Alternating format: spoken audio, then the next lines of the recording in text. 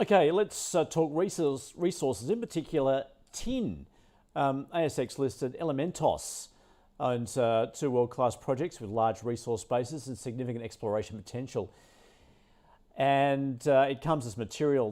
That particular material continues to be an unexpected star performer for industrial metals this year. To take us through it, Elementos Chief Executive Joe David joining us now. Joe, good to talk to you. Can you set the market up for us at the moment as far as supply and demand for tin in the global market is concerned? Yeah, no worries, Andrew. Thanks for having me. Pretty much when COVID hit, a bit of the supply dropped out of the market, but as you well know, the demand continued. A lot of people setting up home offices, buying themselves extra gadgets with some of the extra cash they had. So that really drew down on the inventory and stocks across major producers and manufacturers across the industry. As the supplies come back on, the demand's continued to grow. So stocks are all-time low, and that's driven the prices to all-time highs. Yeah, in fact, up 68% on the year, or since the beginning of the year. So Joe, talk us through then the development with your company, particularly your project in Spain, what you've come up with.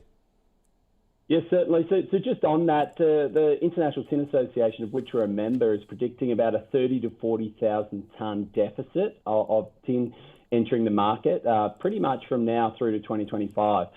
Companies like ourselves and the price, I guess, that's currently in the market is really incentivising us to invest in new supply into the market.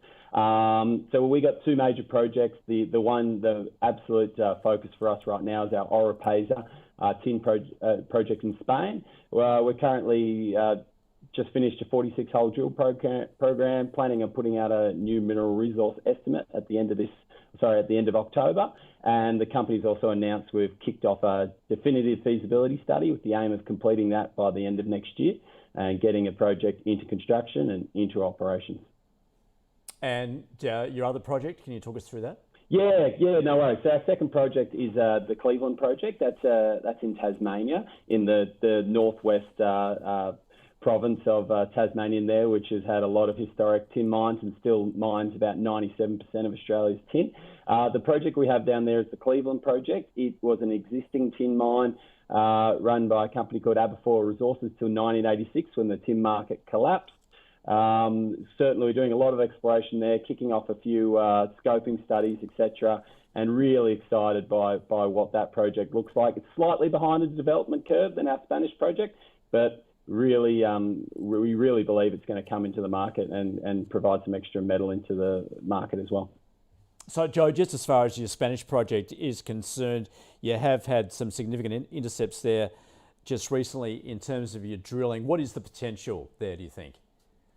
Yeah, so we've actually got a mineral resource already on that project of 12 million tonnes, 9 million tonnes of which were in the higher classifications of measured and indicated.